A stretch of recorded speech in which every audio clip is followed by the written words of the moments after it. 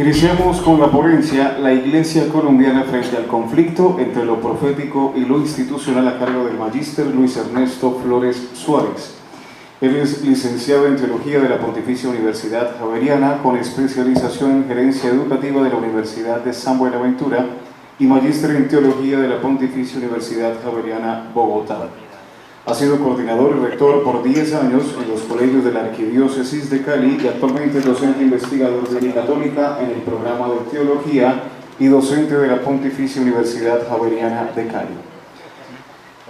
El resumen de la ponencia, el interrogante que desencadenó estas indagaciones nace de la apuesta de plantear un análisis sobre los aportes y las posturas de la Iglesia Católica de ahora en adelante frente a los diversos procesos de paz desarrollados entre el siglo XIX y lo corrido del siglo XXI en el marco de los principios fundamentales que hacen posible la paz, como son la verdad, la justicia, la reparación y la reconciliación. El desarrollo del análisis es fruto de una revisión documental en la que se abordan los siguientes propósitos. Primero, caracterizar teológica y sociológicamente las propuestas de paz sugeridas por la Iglesia Católica en los procesos de paz. Segundo, presentar los hallazgos agrupados en las categorías de lo profético, lo institucional, la visión unitaria del ser humano contenida en la Sagrada Escritura, la articulación entre profetismo y culto, la relación fe y política y algunas generalidades sobre el episcopado como sujetos claves en los procesos de paz en Colombia. Recibimos entonces al Magíster Luis Ernesto Flores Suárez con un fuerte aplauso de bienvenida.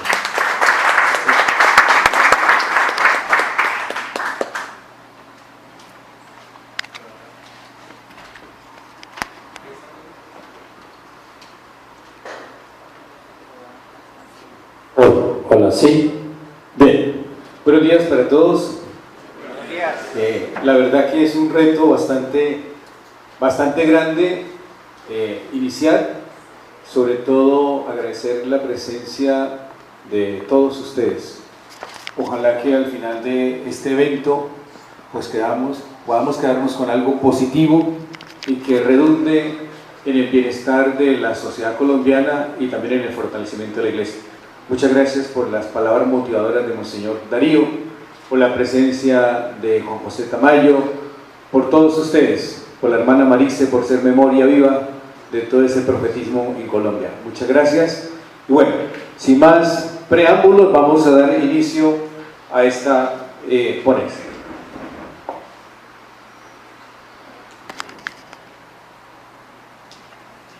Bien. El título, La Iglesia Colombiana frente al conflicto entre lo profético y lo institucional. El título ya nos está, digamos, colocando ante dos miradas de cómo entender el cristianismo y qué es lo que voy a procurar de desarrollar en estos 45 minutos. Espero que lo pueda lograr. Bien, nosotros partimos de un ideal que no solamente está presente en el cristianismo, sino en muchas otras culturas. Y esa cultura y ese ideal es la armonía. La armonía, que es vivir en paz, en una convivencia sana con los demás, y también en estos últimos tiempos la insistencia de vivir en armonía con la naturaleza, con el universo, con todo lo que nos rodea. Y San Pablo, en uno de sus escritos, trae una frase que me llama mucho la atención: hermanos, alégrense, trabajen por alcanzar la perfección, anímense unos a otros, vivan en paz y en armonía. Bien, entonces, esta ponencia está enmarcada en 4 grandes desafíos, producto de la reflexión que se ha venido haciendo en América Latina. Y uno de esos desafíos en los que el Papa Francisco ha insistido durante su pontificado es la salvaguarda de la casa común, con todos los problemas que ya nosotros conocemos y que no vamos a ahondar en este momento. En un segundo desafío, mantener unida la humanidad. Todos sabemos que, digamos, vivimos en un mundo inequitativo, donde el 1% prácticamente tiene todos los recursos o son, digamos, propietarios de todos los beneficios, mientras que la gran mayoría pues carece de ellos. Entonces hay una inequidad entre unos poquitos que tienen mucho y muchos que no tienen nada, y eso genera, digamos, situaciones difíciles. Un tercer desafío es la promoción de la cultura de la paz, que digamos es el gran desafío, donde digamos, vemos al mundo constantemente en una tensión, producto de fundamentalismos, producto de las diferencias culturales, religiosas, etc. Y una última desafío es la defensa de las culturas indígenas y afroamericanas en el contexto del avasallamiento, de la indiferencia, del desconocimiento y de la misma explotación que se han tenido para con ellos. Bien, el propósito, digamos, es abordar el sentido de la paz en estos grandes 4 principios. O sea, es decir, la paz tiene que ver con la verdad. No es posible una paz si no hay verdad. Y la verdad es el punto de partida en la reconstrucción del tejido social. Bienvenidos, digamos, todos los procesos que se están haciendo en esta dinámica. Y un segundo, digamos, principio, la justicia, que, digamos, entre otras significaciones, determina lo que es recto, transmite la idea de honradez y armonía. Luego el principio de la reparación, que es esencial para la construcción de la paz, que tiene que ver con lo simbólico, lo espiritual y lo material. Y la reconciliación, aunque reconocer que el perdón es una decisión personal, pero la sociedad no puede estancarse en el rencor como que a veces nos pasa en nuestra sociedad colombiana. Bien, entonces la paz la entendemos en estos 4 principios y tener en cuenta que hay un interrogante, digamos, como que dio inicio a este trabajo. Antes de seguir adelante, esto es un trabajo, digamos, fruto de un grupo de investigadores. O sea, es decir, yo comparto la experiencia del trabajo de otros allí, del padre Diego, de Lucho Peña, de Juan Manuel, de tantos que hemos venido trabajando en esta apuesta. Entonces, hay un interrogante que, digamos, dio inicio a este trabajo, y es analizar los aportes y posturas de la Iglesia Católica frente a los diversos procesos de paz desarrollados en Colombia entre los siglos XIX y lo corrido del XXI, en el marco de esos principios que configuran la paz y que ya los compartía con usted. Como pueden ver, la pregunta es bastante abarcante, digamos, a veces pues podríamos quedarnos como en alguna superficialidad, pero esa es, digamos, la pregunta que tenemos ahí. Bien, ¿cuál es el propósito? Entonces nosotros, para responder a eso, tenemos primero una caracterización teológica y sociológica de los aportes y posturas de la Iglesia Católica frente a los diversos procesos de paz desarrollados en Colombia durante el periodo señalado. Y para ello nosotros vemos necesario que en la Iglesia Católica, digamos en sus 2 milenios, existe una tensión entre 2 modos de comprender y entender el cristianismo. Uno es el cristianismo anclado a lo institucional y el otro es el cristianismo profético. Y con ese estudio lo vamos a abordar en los siguientes 3 escenarios.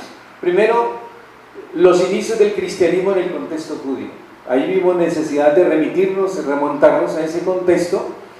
Luego, un segundo escenario, la presencia de lo profético institucional en los siglos posteriores hasta el ocaso del Concilio Vaticano I, donde nace prácticamente el Concilio Vaticano II, y un tercer escenario, el desarrollo de lo profético institucional en el Concilio Ecuménico Vaticano II y las conferencias del Episcopado Latinoamericano, fundamentalmente Medellín, Puebla y Aparecida. ¿Qué es lo que nosotros queremos acá? ¿Cuáles son los hallazgos, digamos, que expresan esa categoría de lo profético institucional? Digamos, lo vamos a ir identificando. También ahí subyace una visión unitaria del ser humano, que es propia de la cultura semita y que es propia también del texto bíblico, la articulación entre profetismo y culto y la relación entre fe y política. Bien, esto, digamos, como para situarnos, este trabajo está mediado por lo histórico y lo teológico. El Dios que se revela, o que se revela en la persona de Jesús, no se le descubre al margen de la historia. Es un Dios que se reveló en la historia. Por lo tanto, Dios acontece en la historia humana. Y no hay una oposición entre Dios y la historia, que es lo que constantemente nos está insistiendo, digamos, la tradición latinoamericana, y la salvación se concretiza por ende en la misma historia. Bien, entonces, aquí tenemos la iglesia entre lo profético y lo institucional, digamos, el gran reto que voy a procurar de desarrollar aquí. Entonces, primero, entender que en la iglesia hay dos modos de entender y concebir el cristianismo institucional, que es centrado en la legalidad y la defensa del status quo. El cristianismo profético lo entendemos como la búsqueda de la paz y la justicia, como una manifestación del Espíritu de Dios. Y digamos, el análisis de esos hallazgos, de estas dos categorías, de lo profético y lo institucional, como un marco de referencia que nos ayude a develar, a encontrar el papel y la actitud de la Iglesia Católica dentro de la historia conflictiva de Colombia. De una vez les advierto que quizás estos planteamientos son demasiado, digamos, retadores, y que quizás al finalizar dicen, pero bueno, vamos a ver si logramos algo. Bien, primero que todo, antes de desarrollar esto, vemos la necesidad de contextualizarnos y de dar cuenta de por qué la cultura, nuestra cultura colombiana, se ha enquistado, digamos, con la violencia, con la guerra. Digamos, en otras palabras, es una cultura que ha conectado a lo largo de estos 200 años de historia colombiana con la guerra. Es decir, un país que se ha construido a punta de balas, a punta de conflictos, y eso es lo que nosotros vamos a encontrar a lo largo de esta historia. Entonces, los orígenes de la República están antecedidos por largos años de colonización y de luchas independentistas. Y una primera que no cabe dentro de la periodización que tenemos acá, pero digamos es importante tenerla en cuenta, y es la insurrección comunera que tuvo lugar en el año 1780, por allá, cuando en el Socorro Santander se levanta un grupo, digamos, de personas en protesta contra los impuestos de la corona española. Y ahí aparece la figura de Antonio Caballero, del obispo Antonio Caballero y Góngora, donde estratégicamente conjura este movimiento, escuchando a los líderes, pero al final, digamos,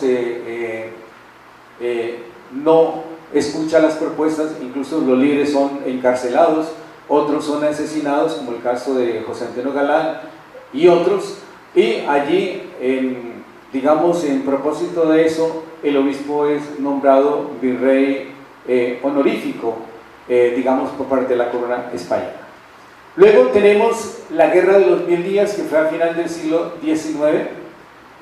Fue una de las guerras bastante violentas, sangrientas, que duró más de 3 años, y en ese, digamos, en ese conflicto pues trajo grandes consecuencias para nuestro país. Luego viene la guerra partidista a comienzos del siglo XX entre liberales y conservadores, y ahí, digamos, aparece la alianza de la Iglesia Católica con el Partido Conservador, historias que ya nosotros conocemos y que también es válido tener en cuenta. Luego, en la década del 60, el surgimiento de los grupos guerrilleros, de la FARC, el EPLN, más adelante M-19, y después viene la eclosión del paramilitarismo como respuesta a ese surgimiento de los grupos paramilitares, y también tener en cuenta, dentro de este contexto de las raíces y expresiones de la violencia en Colombia, la economía ilegal del narcotráfico y la minería, que es una de las grandes problemáticas que hoy está enfrentando nuestro país.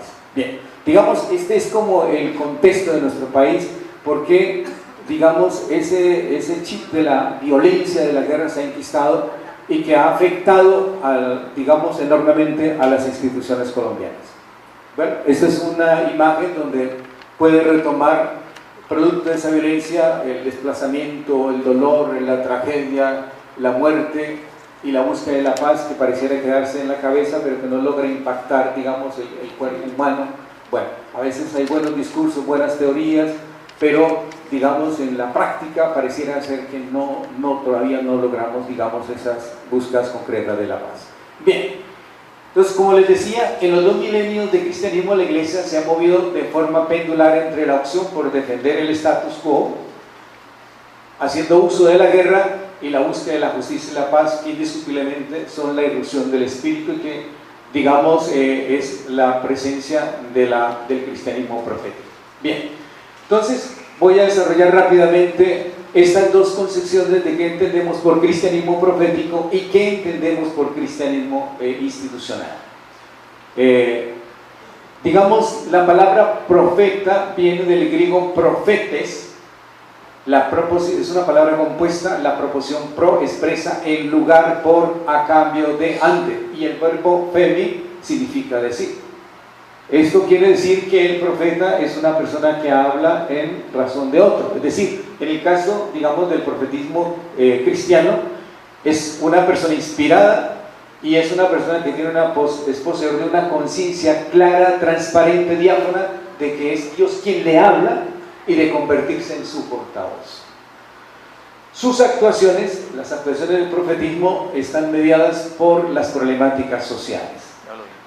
Es decir, el profeta no habla de discursos etéreos, sino siempre respondiendo a unas situaciones bien concretas. Cito el caso de Monseñor Romero y de muchos otros. También podríamos tener el caso de Martin Luther King, que responden a problemáticas humanas, y viendo el sufrimiento y el dolor, actúan, denuncian, desenmascaran eso.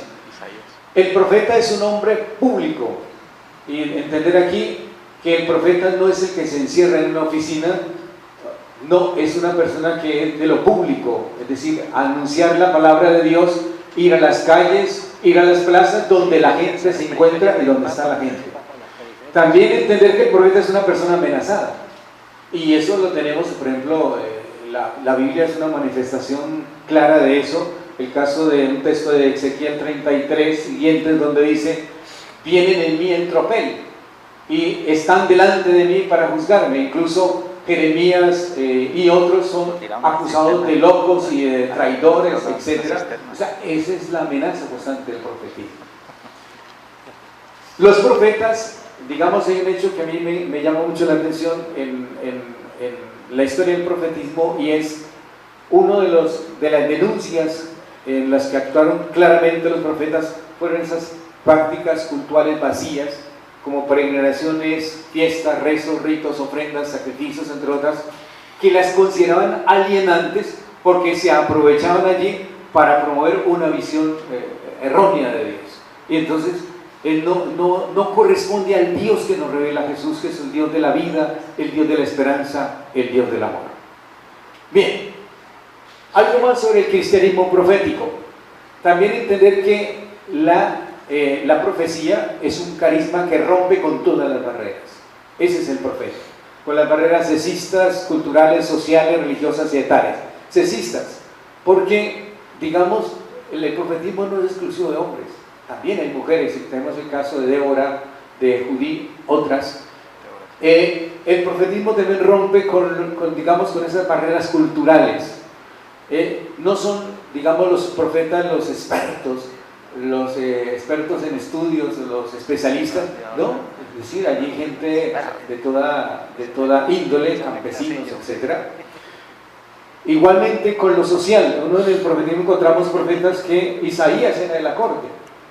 El caso de Amós, digamos, que eran propietarios, bueno, de pronto me corrige si de pronto erro en algunas cosas de esas, y otros que son campesinos. Entonces encontrar el profetismo en ese aspecto. Religiosos, que no solamente los sacerdotes son profetas, también los no sacerdotes son profetas. Y también responde a esa ruptura etaria, es decir, que no es exclusivo para los viejitos o para los adultos, sino también para los jóvenes. Y tenemos el caso de Samuel. Bien, el profeta, y eso es otro aspecto también importante para que tengamos en cuenta, hace análisis constante de la realidad, conoce la realidad, es un sociólogo, es una persona que tiene una visión de esa realidad. Es decir, si seguimos así, vamos a terminar así. Es decir, constantemente analiza la realidad social, política, económica, cultural de lo que acontece en el territorio. Igualmente, esto le da herramientas para analizar la situación de injusticia, y no solamente se queda con el análisis de la injusticia, sino que busca examinar, extirpar las causas de esa situación, y eso lo menciona el documento de Aparecida en el numeral 33. Y otro aporte del profeta: el profeta no consiente con la neutralidad ni con la tibieza, es un hombre claro, digamos, ante las situaciones. Bien, ¿qué se entiende por cristianismo institucional? Primero que todo quiero hacer una aclaración. Aquí nosotros no estamos poniendo en tela de juicio la institución, ni estamos diciendo que se prescinda de lo institucional, pero sí que tomar conciencia de que la institución es un medio, no es un fin, y eso a veces se ha entendido más como una finalidad que como un medio, y eso es lo que nosotros en nuestros aportes queremos hacer claridad sobre eso. Entonces, la organización jerárquica, cuando se habla de cristianismo institucional, digamos, tiene que ver con sus poderes sagrados, dogmas, ritos, códigos de moral y su tradición. Es decir, se enfatiza tanto en esto, se centra tanto en la legalidad y en las relaciones al interior de la institución, que se olvida de lo exterior. Y allí, digamos, se prioriza. La prioridad la tiene no el reino de Dios, no la justicia, no la paz, sino lo cultural, lo ritual y lo normativo. Y en ese ambiente afloran tensiones, conflictos y, digamos, las manifestaciones del autoritarismo que tanto daño le han hecho a la Iglesia. Entonces, entender que la institución católica no se debe a sí misma, a la institucionalidad, sino que está en función de la comunidad de fe, en función del anuncio del reino de Dios. Y cuando se queda, digamos, en este énfasis de lo institucional, pues lógicamente que la Iglesia, la comunidad o nosotros nos convertimos en un gueto con la pretensión exclusiva de la salvación, que eso es lo que se decía antes del Concilio Vaticano, en el Concilio Vaticano I, donde la salvación, digamos, era fuera de la Iglesia no había salvación. Bien, hace vacías, espurias las exigencias éticas del cristianismo, es decir, porque ya no tiene nada que ver con lo social ni con las problemáticas, etc. Entonces hay un cristianismo meramente espiritualizante, espiritualizador, y por ende que adormece. Entonces la institución, repito, no se debe a sí misma, sino que está en función de la comunidad de fe, del anuncio del reino, de la apuesta por la paz. Y hay una pregunta: ¿qué ha pasado con el poder como servicio liberador del que habla el Evangelio? O sea, el poder está en función del servicio para el anuncio del Evangelio. Bien. Y hay un texto que es bastante claro, y con esto termino con lo del cristianismo institucional. Jesús denunció esta forma de dominaciones. Y el texto de Mateo 20, 25, 28, saben que los jefes de las naciones las tiranizan y que los grandes las oprimen. No será así entre ustedes, al contrario, el que quiera subir sea servidor suyo, y el que quiera ser primero sea esclavo suyo, al igual que este hombre no ha venido a que le sirvan, sino a servir y a dar su vida en rescate por todos. Entonces, bastante clarificado este tema.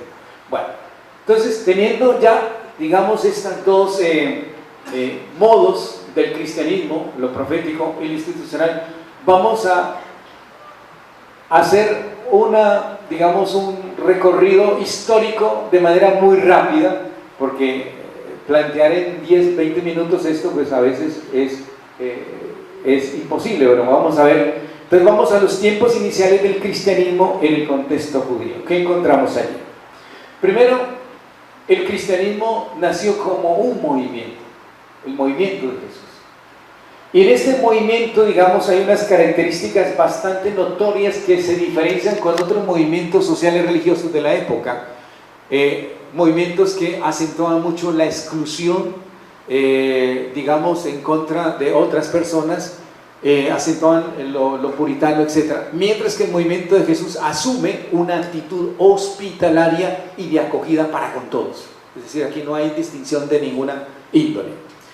El eje articulador es la dignidad humana, es decir, no es digamos, la norma, no son, digamos, los preceptos morales, sino es la persona, es la dignidad de la persona humana. Y allí también hay una característica importante, es que transmuta los valores en la perspectiva de la liberación de los pobres y la praxis de la misericordia. Es claro ese movimiento. Es decir, el movimiento de Jesús va en esa línea, es decir, en la liberación de los pobres, por eso le llama los bienaventurados a los pobres, y la praxis de misericordia con la que muestra un rostro distinto de Dios al que se estaba imponiendo en la cultura en ese entonces. Bien, la opción principal, digamos primordial de este movimiento inicial es el anuncio del reino de Dios, que consiste en el amor incondicional a Dios y al prójimo. Y en eso, una de las cartas de Juan es muy clara en eso, ¿no? Mentiroso aquel que dice que ama a Dios y no es capaz de amar y reconocer al otro. Ahí está viva la presencia de Dios. Bien. Y algo que también llamó mucho la atención, cómo Jesús coloca, en ese movimiento inicial, coloca a los samaritanos de prototipo, de modelo. Y conocemos la parábola del hijo pródigo, donde, digamos, el sacerdote levita dando un rodeo, pero el samaritano es el que atiende la necesidad del que acoge al otro, pues ahí lo pone de prototipo, digamos, para la comunidad eclesial. Se situó al margen del sistema religioso oficial y del modelo político. Es decir, el movimiento de Jesús invierte el orden social. Los últimos serán los primeros y los primeros los últimos. Prescinde de las jerarquías. Si uno quiere ser el primero, sea el último de todos y el servidor de todos. Cuestiona el orden social y económico. Dichosos los pobres, porque de ustedes es el reino de los cielos. Y asume una actitud crítica ante la autoridad doctrinal y sacerdotal en la interpretación que hacían de la ley. No ha sido hecho el hombre para el sábado, sino el sábado para el hombre. Ahora, ¿qué es lo originario, digamos, del cristianismo? Vamos a ver si no me equivoco en esto. Si estoy errado, me corrigen. Jesús allí es, digamos, debe ser en lo determinante y normativo para las relaciones del hombre con Dios, de las relaciones del hombre con los demás y con la sociedad o con el universo. Es decir, determinante de esas relaciones es el Jesús de Nazaret. Pero, atención, o sea, no Jesús a solas, a secas, sino decir el reino de Dios, el proyecto de Jesús. Y ese es el proyecto que es ligado con la justicia, la verdad, la reconciliación y la paz. Y entender que el ser humano es, desde la mirada de lo bíblico, desde la cultura semita, que el ser humano es integralidad, es unidad, no es una dualidad, es uno. Y nosotros en años anteriores hicimos un trabajo también aquí en la universidad, un texto que, producto de esa investigación, que fue el humanismo cristiano, y allí encontramos un concepto que nos sirviera como para ayudar a empaparnos aquí en la universidad de ese humanismo cristiano, y encontramos la cuaternidad. Es decir, en esa relación consigo mismo, encontrarme que soy una persona autónoma, libre, en la relación con el otro, saberme que soy hermano, en la relación con el universo, que soy administrador, y en la relación con Dios, reconocerme que soy hijo. Entonces, es, digamos, como el aporte a eso. Bien, entonces lo esencial del cristianismo es amar al prójimo como a ti mismo. Y ahí Jesús, Juan 13:34, un mandamiento nuevo os doy, que os améis unos a otros como yo los he amado. Entonces eso es claro, creo que para que tengamos en cuenta eso. Bien, entonces aquí recopilando, lo nuclear de la misión de Jesús fue anunciar el reino de Dios como buena noticia. Y esa buena noticia está relacionada, lo repito, con la justicia, con la verdad, con la abundancia de vida, con la igualdad y la vivencia de la paz. Entender la paz como en esos 4 principios. O sea, no se puede entender la paz, digamos, de manera apartada. El reino de Dios, entonces, ¿qué es? Es un nuevo orden de las cosas. No es un territorio. No es un territorio donde hay ejército. No. El reino de Dios es un nuevo orden de las cosas, del que todos somos responsables. Todos tenemos una responsabilidad. Y en esa dinámica el reino de Dios es plenitud de vida para todos y todas, como lo expresa la misma celebración eucarística. En este mes de septiembre nosotros hemos insistido en este mes de la Biblia, comprender la Eucaristía como un espacio de fraternidad, de comunión.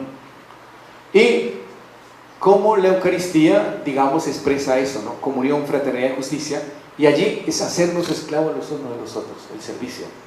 Amarnos por encima de nuestras mezquindades, de nuestras presencias, y hacer realidad el reino de Dios. Esa es la celebración eucarística, es memoria, no es un rito que se convierte en algo monótono, rutinario, sino precisamente es para esto.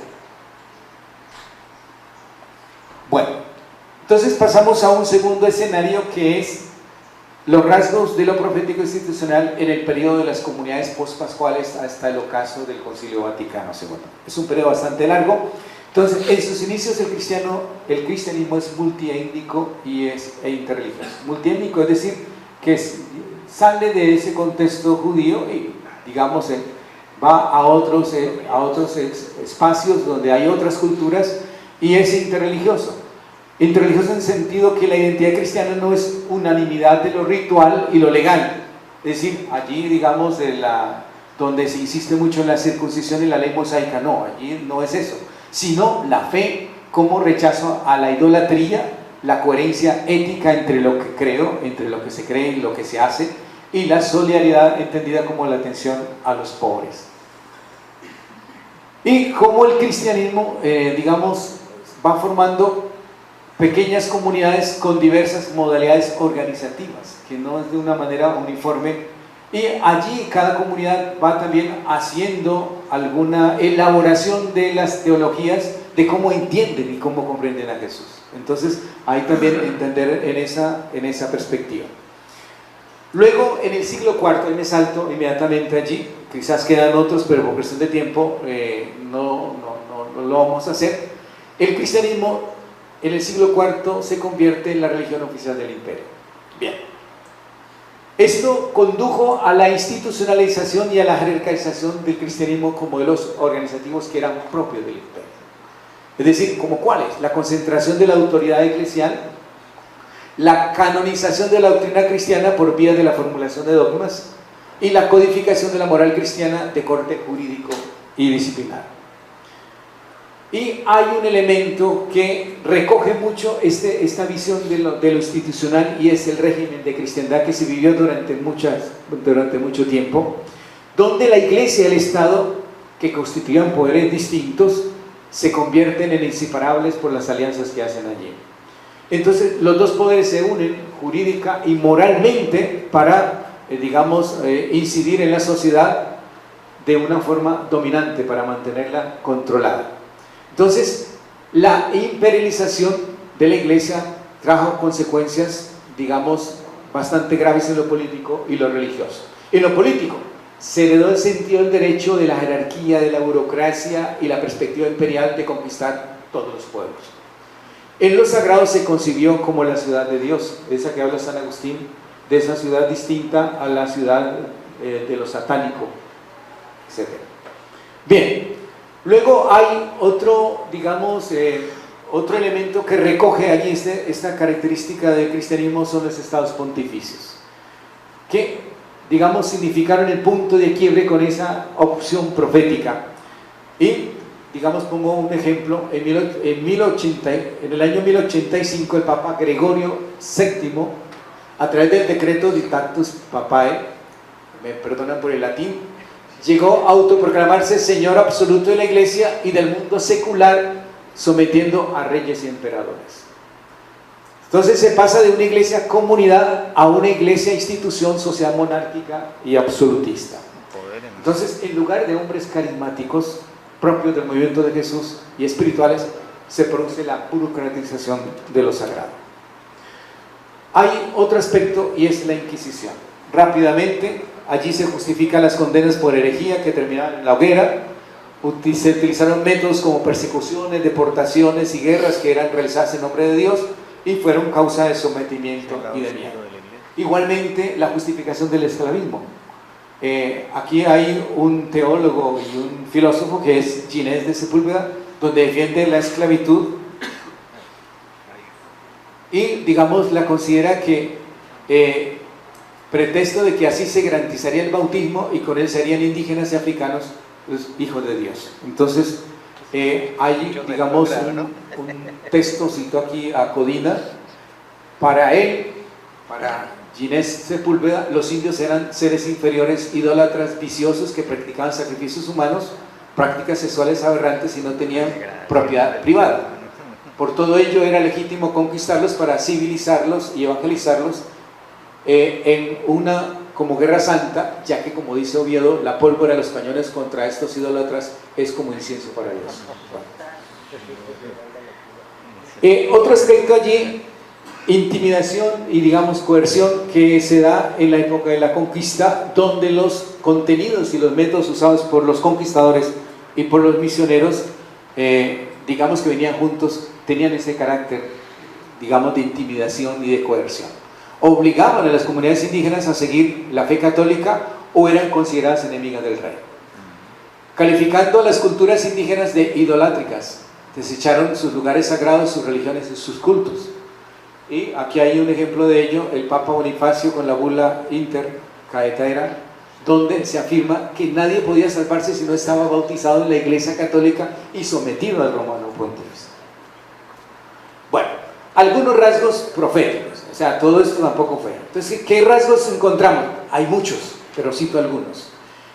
Esta situación, digamos, fue denunciada, cuestionada por algunos padres de la Iglesia. Encuentro el testimonio de San Pedro Damián, que llega a afirmar del Papa Gregorio VII como santo Satanás. San Antonio de Padua, en la misma línea, en sus sermones hizo fuertes críticas a los prelados de aquella época, tildándolos de perros sin ninguna vergüenza, porque de frente tienen cara de meretriz y por eso mismo no quieren avergonzarse. Y continúa: el obispo de la iglesia es un esclavo que pretende reinar, príncipe inocuo, león rugiente, oso hambriento de presa que despoja a los pobres. Y en la fiesta de San Pedro dijo también esto: miren que Cristo dijo 3 veces apacienta y ninguna vez esquila y ordeña. Ay de aquel que no apacienta ninguna vez y esquila y ordeña 3 o más veces. Es un dragón al lado del arca del Señor que no tiene más apariencia y no a la verdad. Bien, hay otro aspecto allí en la reforma del siglo XVI, la iglesia presidida por Martín Lutero, que ya todos conocemos, con la iglesia romana, porque allí no se logra dar respuesta, digamos, a esos altos niveles de mundanización que denuncia Martín Lutero y de antievangelismo a los que llegó la iglesia romana en la época de la cristiandad. Y en América Latina destacar el arraigo, llamo así arraigo profético, de los frailes como Bernardino de Minaya, Antonio Montesino, Bartolomé Las Casas, San Pedro Claver, que reaccionaron de manera contundente ante las injusticias de la conducta de la conquista y de la esclavitud. Bien, paso a otro escenario, lo profético e institucional en el Concilio Ecuménico Vaticano II y la Conferencia del Episcopado. Bien, entonces, ayer escuchando a Juan José Tamayo, pues no sé, me quedó como la duda, quizás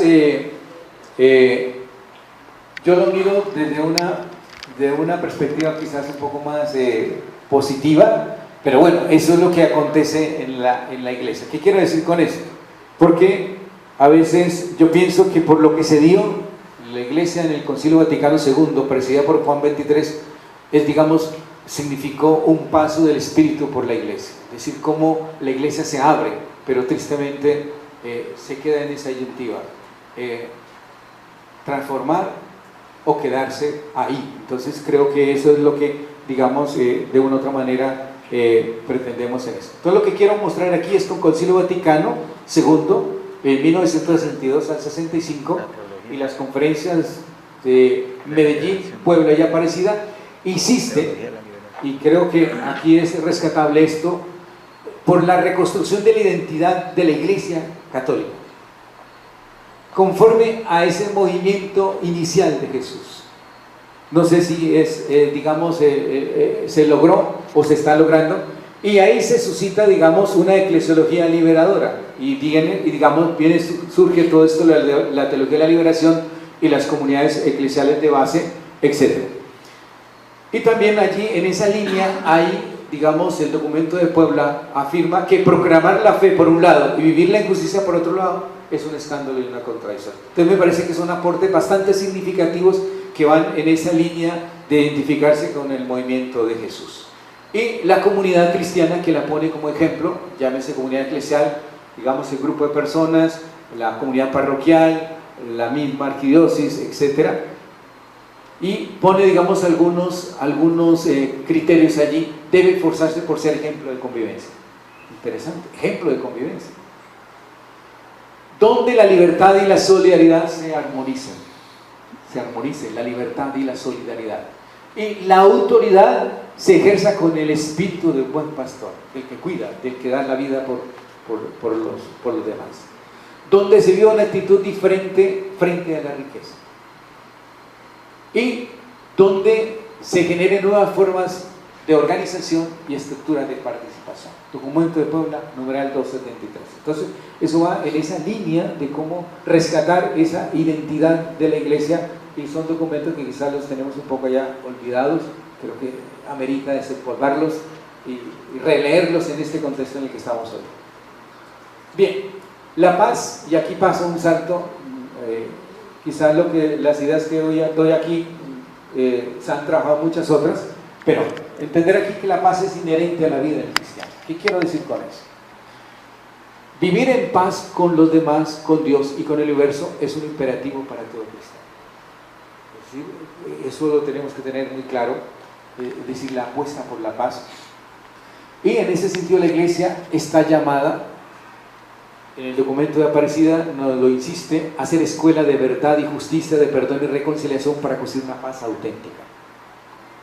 Igualmente, el Papa Francisco nos insiste, no es la cultura del conflicto y la confrontación la que construye la convivencia entre los pueblos, sino la cultura del encuentro, del diálogo.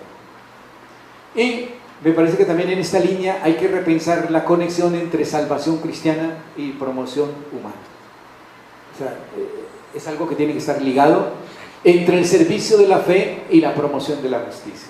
Entonces, en esa perspectiva, digamos, entender cómo también otra invitación es desenmascarar el divorcio entre el culto y la justicia. Entonces, ahí, digamos, apoyar y dinamizar una política fraterna y sororal. Ser políticos y hacer políticas sin neutralidades ni parcialidades partidistas y sin hipocresías. A la manera de los grandes mártires de América Latina, como fue el caso de Monseñor Oscar Nuncio Romero, quien afirmó: ser a favor de la vida o de la muerte, cada día veo con más claridad que esta es la opción a seguir.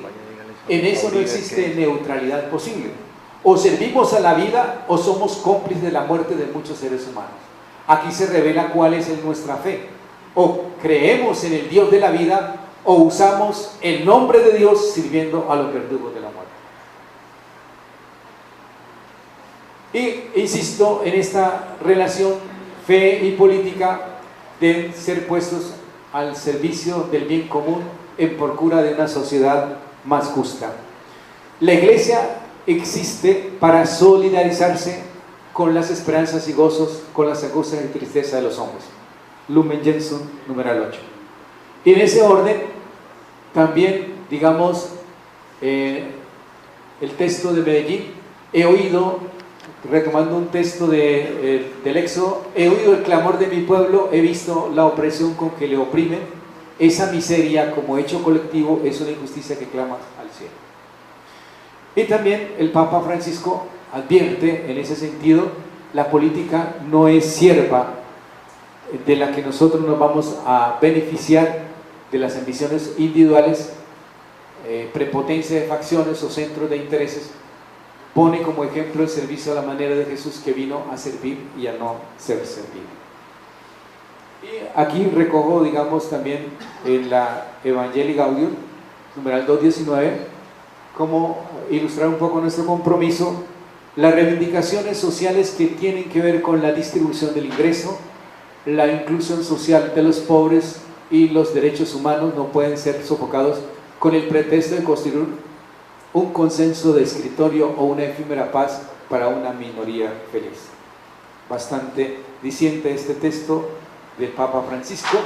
Es nuestro deseo que la larga noche del dolor y de la violencia, con la voluntad de todos los colombianos, se pueda transformar en un día sin ocaso de concordia, justicia y fraternidad. No sé qué tiempo me queda. 5 minutos. Entonces quiero leer ya aquí como una conclusión final con la que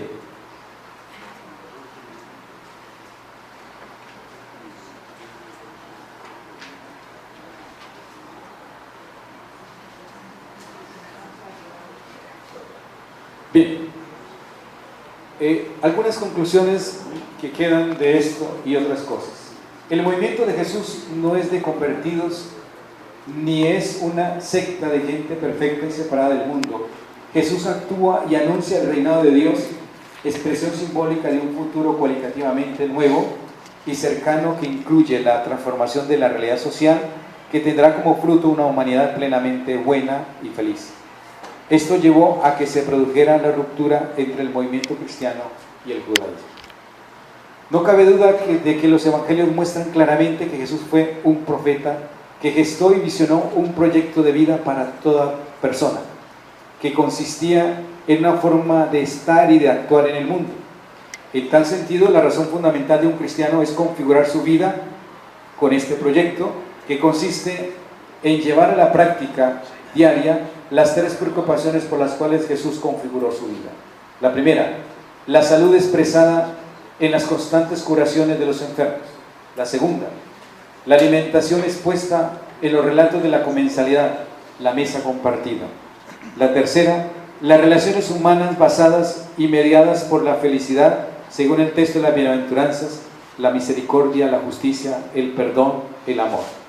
Es innegable entonces que esto fue lo que constituyó y determinó en los orígenes del cristianismo y que a la vez le permitió que tuviera tanta acogida en la antigüedad. Una de las acciones esperanzadoras y reconfortantes para el pueblo colombiano en el actual contexto de coyuntura para la paz es que todas las iglesias que tienen asentamiento en nuestro territorio, particularmente la Iglesia Católica, se diera la oportunidad de retomar la originalidad del movimiento cristiano, que es la de estar al servicio de la paz y la justicia, y que por ende incluye a las distintas iglesias que se confiesan cristianas. En este orden de cosas, se reconocen mutuamente como fortaleza, como portadoras de su mensaje, sin que ninguna de ellas pretenda reclamar exclusividad, sino el diálogo, valorándolas como caminos espirituales habitados y animados por el Espíritu. Solo entonces habrá paz religiosa, una de las condiciones importantes para la paz política.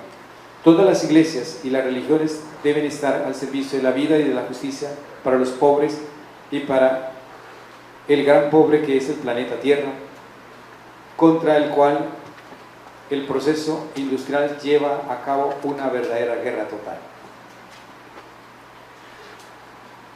Con este análisis sobre la participación de la Iglesia Católica en los procesos de paz en Colombia, se estableció un marco de referencia donde hace cita algunos elementos sobre los cuales considero es necesario insistir y profundizar en su comprensión para hacer una buena lectura teológica que dé cuenta del actuar de los miembros de la Iglesia, que en muchos momentos sus acciones se transformaron en arduos intentos por neutralizar e instrumentalizar el Evangelio.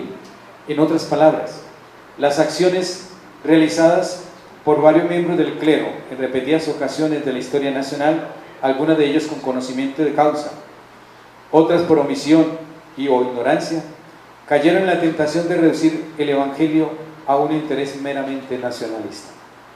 Muestra de ello fue la cristalización de la alianza entre la Iglesia y el Partido Conservador, con la cual tristemente primó la defensa de los intereses de la oligarquía colombiana.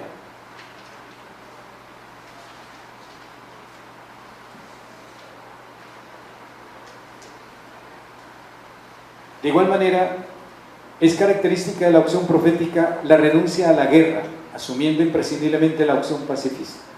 En ese sentido, el sacramento de la Eucaristía, por su significado, condensa el ser y el quehacer de la praxis cristiana, que consiste en hacer memoria para celebrarla y anunciarla.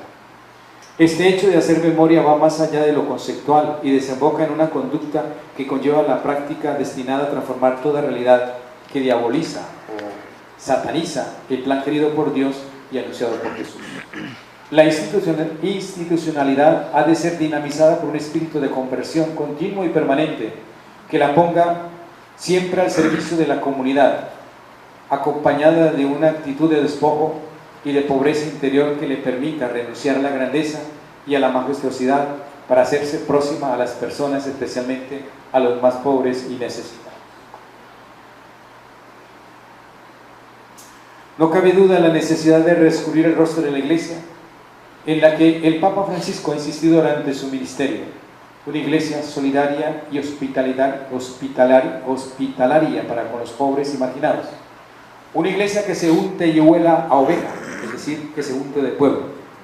Ello exige, por una parte, de una nueva comprensión del carisma fundacional de Jesús de Nazaret, vivido y anunciado en la Iglesia primitiva, y por otra, dejarnos guiar por las claves de la renovación que intentó el Concilio Vaticano II y que lamentablemente han sido ocultadas a pesar de la claridad contundente y profética con que contienen las conferencias ya mencionadas.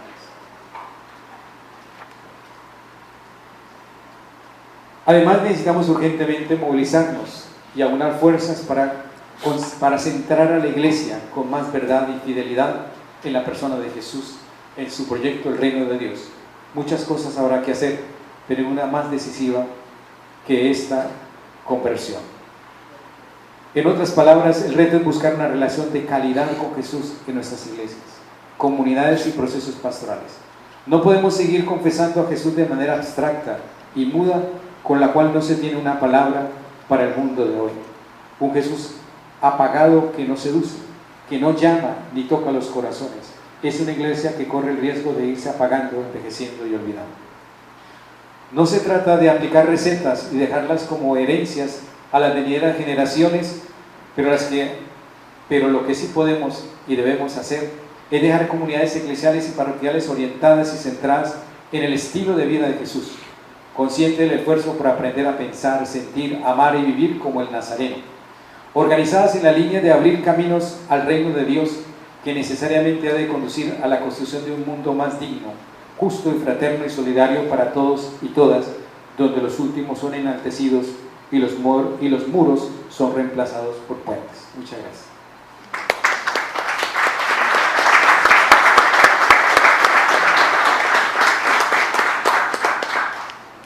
Vamos a dar el espacio de los 15 minutos para las preguntas. Tenemos algunas preparadas, pero si tenemos algunas preguntas del auditorio, pues es el momento para que podamos realizarlas. Aquí, a media cuadra aquí. Yo empiezo con algunas que tenemos ya preparadas desde el equipo organizador, mientras que los que están participando de este congreso pues van preparando las suyas. Sí, claro. Soy una simple ciudadana interesada en estos temas. Por la conferencia me doy cuenta que hay una diferencia entre el cristianismo profético y el cristianismo institucional. Y me da la sensación que en estos momentos está primando el cristianismo institucional.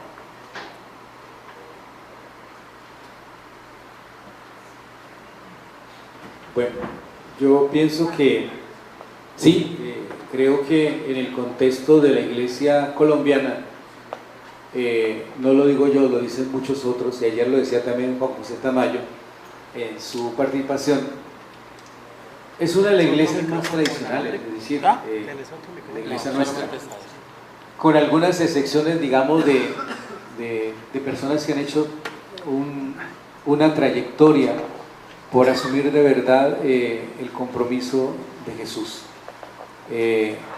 Muestra de ello, digamos, son estos rostros que tenemos aquí y que Marixe en cada encuentro pues nos los trae para que hagamos memoria.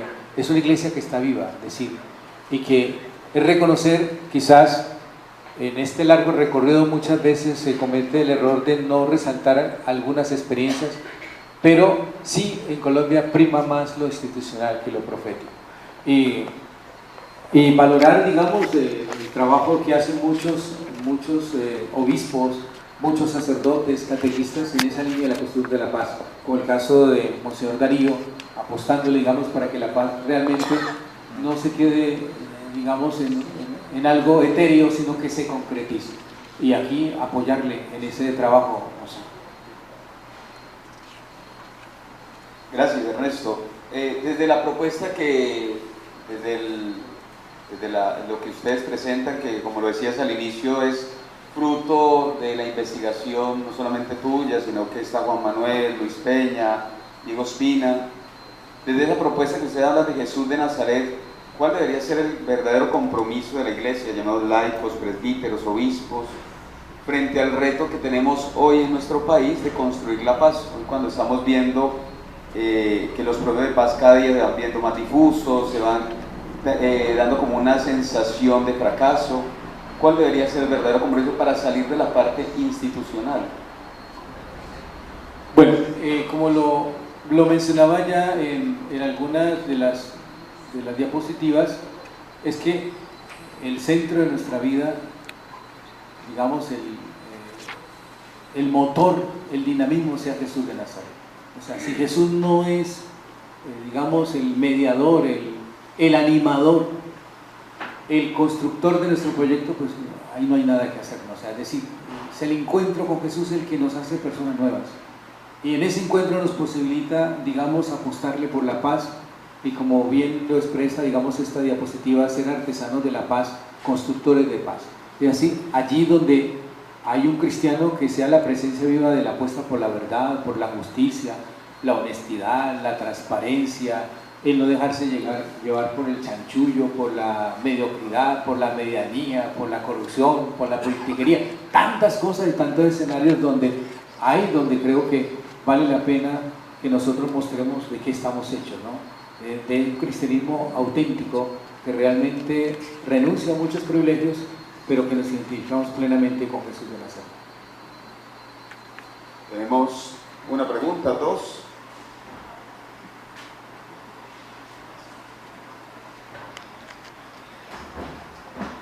Muchas gracias, buenos días.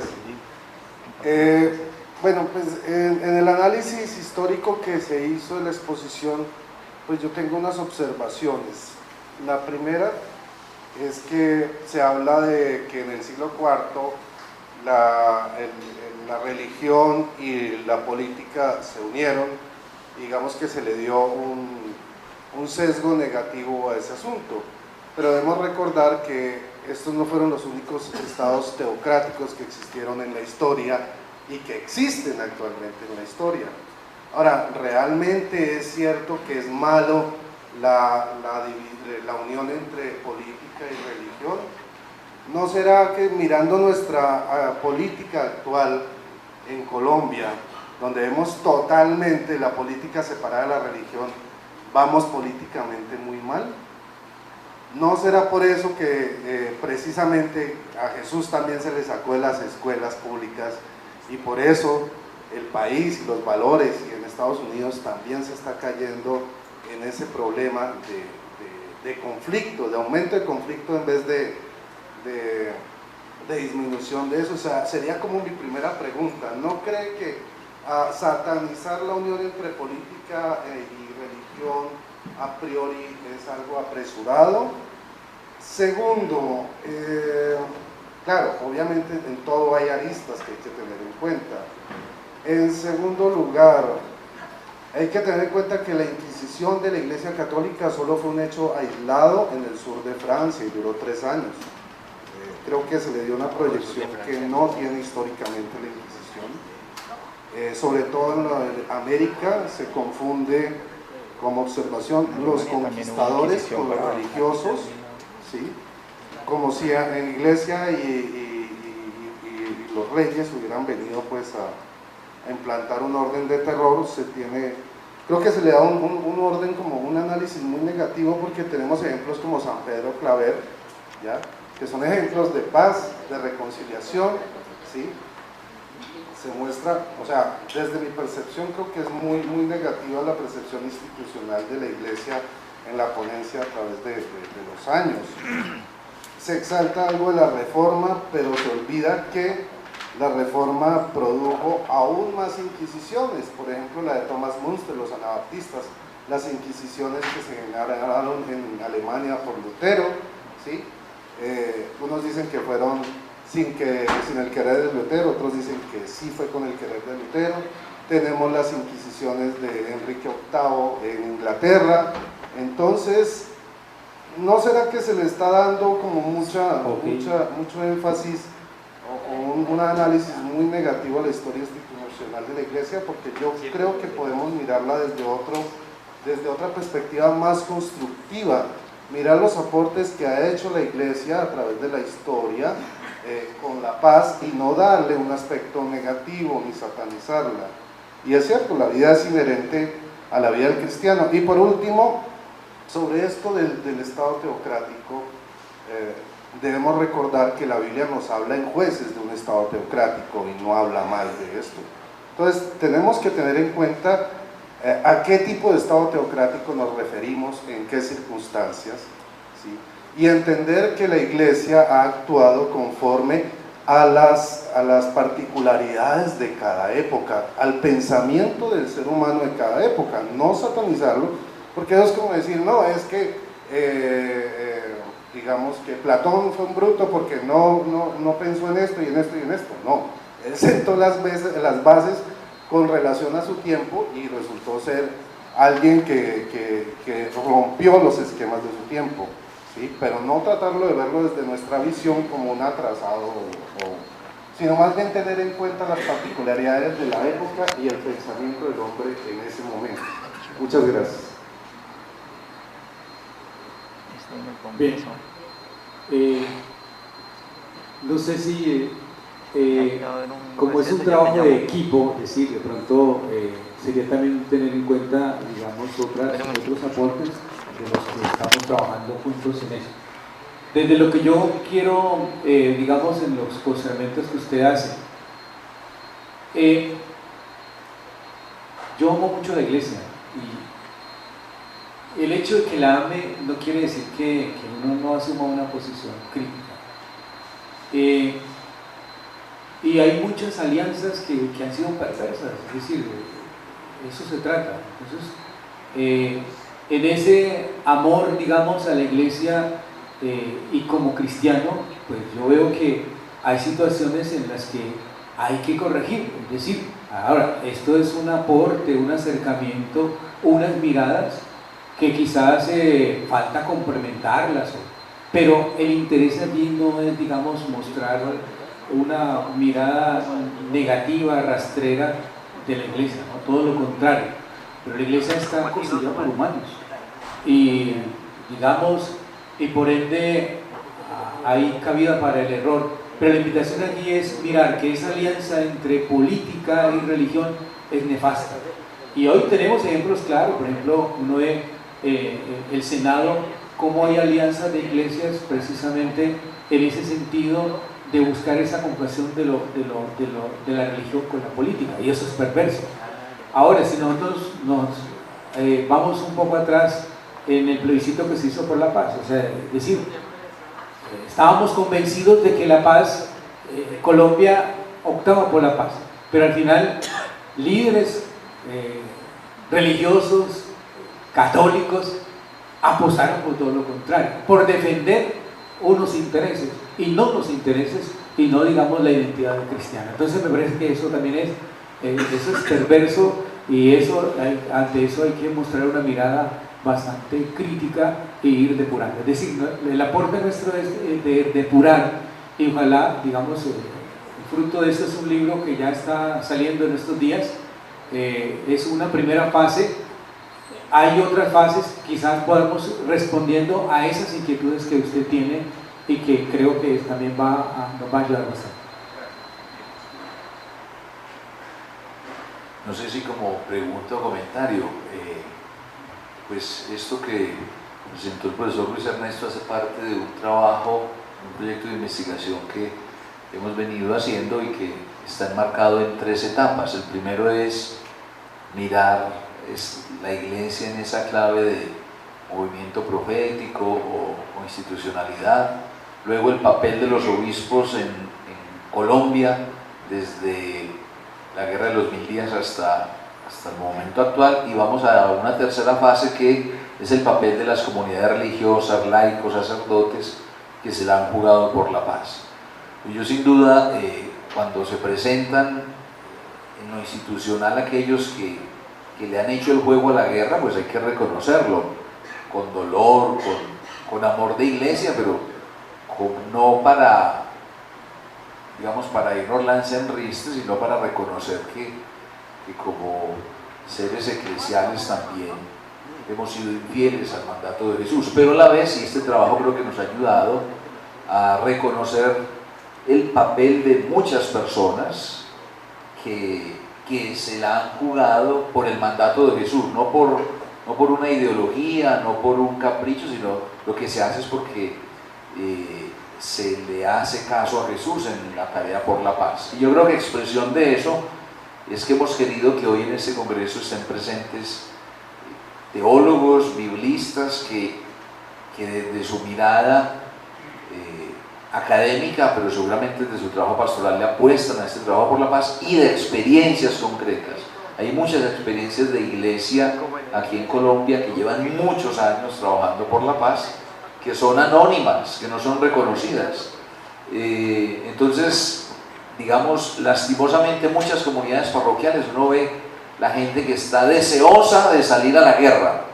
Le hacen, y esto qué pena que lo diga así con nombre propio, le hacen eco a lo que algunos partidos y algún expresidente de este país está queriendo, volver a la guerra a este país, y católicos que uno escucha que están enfervorizados con el deseo de la guerra y se olvidan que el mandato de Jesús es la paz. La paz no es perfecta, la paz es de seres humanos que tenemos errores. Entonces yo creo que en eso que has dicho, Ernesto, más como comentario, creo que nos recuerdas que esta tarea es de todos, que ha habido muchos que le han apostado, otros de pronto con buena intención le han hecho el juego a la guerra.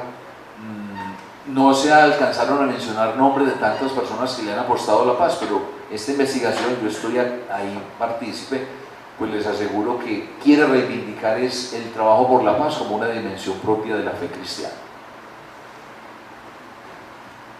Vamos a una última pregunta para pasar al receso. Luis Miguel.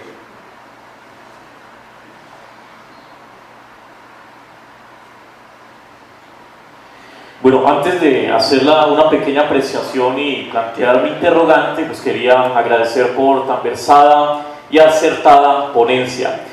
Lo primero que me da me parece en el discurso es que a simple vista se puede llegar a creer, a pensar o llegar a interiorizar de que la institución cristiana conocida como iglesia aparece como la antagonista pues, en todo este quehacer profético, pero se aclarece esta cuestión cuando se reconoce en ella un medio y no un fin. En este orden de ideas me parece de vital importancia profundizar un poco más en cuanto a las bondades propias de la institución para no llegar a caer o llegar a concluir de que ella es un obstáculo para el ejercicio profético.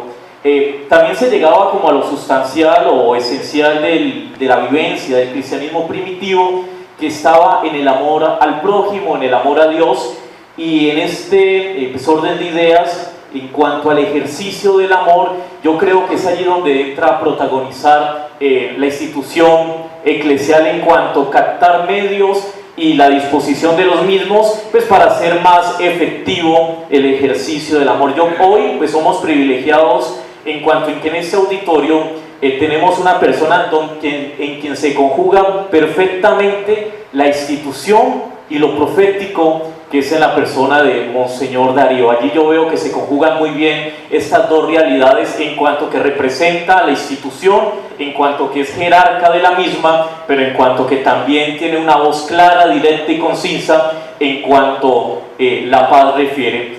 aquí viene el interrogante. ¿Cómo valernos de lo institucional o de lo jerárquico para potenciar lo profético y alcanzar así lo que tanto anhelamos como lo es la paz?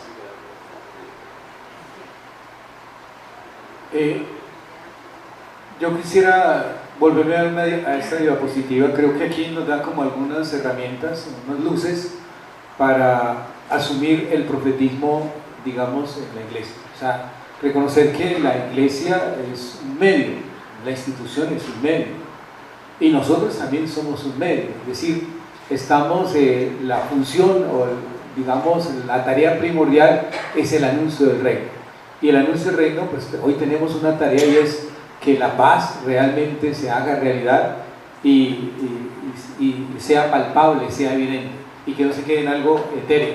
Entonces, esforzarnos por ser ejemplo de convivencia, todos los cristianos. Es decir, no es la invitación a la uniformidad, somos distintos, pero en esa diversidad, ¿cómo construir la unidad? Y a veces nos quedamos arranchados defendiendo nuestros dogmatismos o nuestras ideas, y no permitimos que acercarnos a otros. O sea, el pensar distinto no puede impedirnos que haya una convivencia. Es decir, me parece que es valioso los aportes, pero digamos en ese sentido de ser ejemplo de convivencia. La libertad y la solidaridad deben armonizarse, es decir, no crear personas dependientes, pasivas, conformistas, sino generar pensamiento crítico, personas que realmente le apuesten a unas dinámicas distintas, a hacer lecturas distintas, con relatos distintos. La autoridad, aquellos que tenemos una autoridad o un medio o un mando, pues ejercerlo en el sentido del servicio y no para sacar provecho, sacar tajada. Y lo otro es, digamos, asumir una actitud distinta, y aquí, digamos, me valgo del ejemplo de Monseñor, del Papa Francisco, como, digamos, la riqueza, la ostentación de la riqueza, pues eso convierte, eso quita, eso mina, digamos, que se convierta o volvamos a ese dinamismo de lo profético que estamos insistiendo. Pienso que por ahí serían las dinámicas. Nuevamente muchas gracias, Luis Ernesto, por tu ponencia. Los invitamos ahora a pasar al descanso, al refrigerio. Nos encontramos nuevamente hacia las 11:15 para escuchar la primera experiencia pastoral, la Asociación Familiares Víctimas de Trujillo, FAVIT. A las 11:15 nos volvemos a ver. Sí, a la mano izquierda de ustedes tenemos el refrigerio, a mano derecha.